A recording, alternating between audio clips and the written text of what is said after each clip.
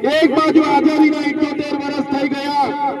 અમારા લોકો આજે આઝાદીના 78 વર્ષ પછી પણ 2 રોટલાઓ માટે અમારા લોકોને શહેરોમાં મજૂરી કરવું જવું પડે, અમારા બાળકોના શિક્ષણ માટે શાળામાં શિક્ષકો માટે આંદોલન કરવું પડે, સારી શાળા માટે આંદોલન કરવું પડે,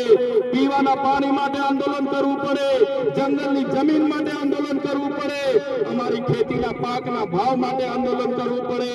અમારા યુવાનો સાથે જે અત્યાચાર થાય એના માટે આંદોલન કરવું પડે, મારી 2 દીકરીઓ માટે આંદોલન કરવું પડે। ત્યારે અમે આ સરકારોને કહેવા માંગીએ છીએ, આ તમારી મનુવાદી સરકાર, આ તમારી સામંતશાહી સરકાર, આદિવાસી સમાજ હવે જાગી ગયો છે।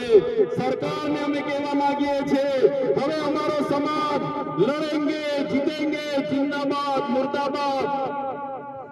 आगे बढ़ो, हायरे सरकार हाय हाय, आवेदन निवेदन હવે અમે કરવા માંગતા નથી। તમે પડાન ગામ આડલિયા ગામ સાથે જે અત્યાચાર અમે કર્યો છે,